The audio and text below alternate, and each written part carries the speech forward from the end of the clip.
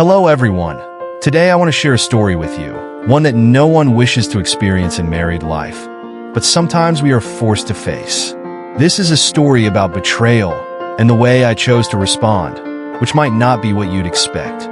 One Friday morning, my wife calmly told me she would be going out after work and might not return until the following day. She said she still loved me, but I could sense something had changed in her eyes. She explained that life was too short not to be free, and she had never truly experienced life before we got married. She claimed I was strong enough to handle this, that humans were not meant to be monogamous, and societal rules about love were merely obstacles. She promised that if I allowed her this freedom, she would care for me even more. I stood there, feeling anger rising inside me. But then I remembered lessons from books I'd read. Anger only leads to destruction, and I refused to become an uncontrollable beast. When she asked me to kiss her goodbye, I simply replied, "I don't want to." Her reaction was shocking. She couldn't believe I refused, but I remained calm, determined not to let my emotions take over. Each time she pushed me, my answer stayed the same: "I don't want to." After a few days, she returned, looking at me with eyes full of fear and regret. She said she loved me, but needed to experience other things.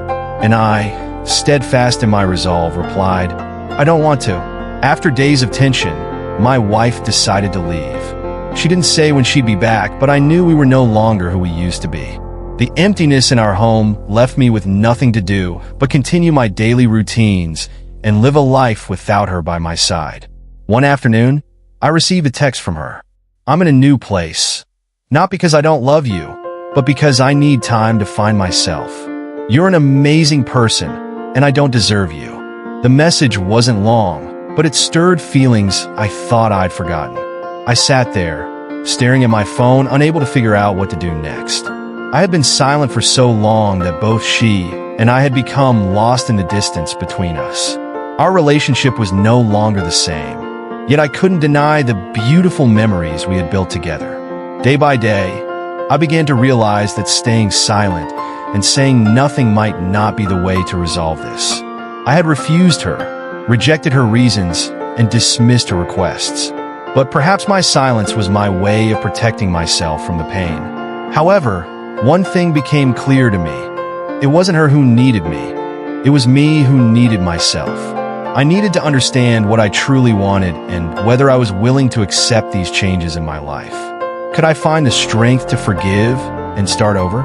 Or would I let everything fade away in silence and the cold finality of a single answer? "I don't want to." That day, when I returned home, she was back. But she wasn't the strong, confident woman I once knew. She stood near the door, her hair disheveled, her face hollow as if she'd been through an internal battle. Her eyes no longer held pride or defiance. They were filled with a deep pain I could feel. "You were right," she said, her voice raspy. "I was wrong. I was selfish, greedy, and I failed to see what truly matters in life." I stood there, silent, looking at her. My feelings were conflicted, part sorrow, part anger. I didn't know what to do. Should I open my heart and give her another chance? Could I continue to love someone who had hurt me so deeply? She stepped closer, her hands trembling. "Can you say something?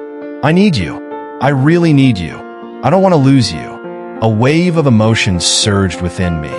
Her words touched my heart, but I was no longer someone easily swayed by emotions.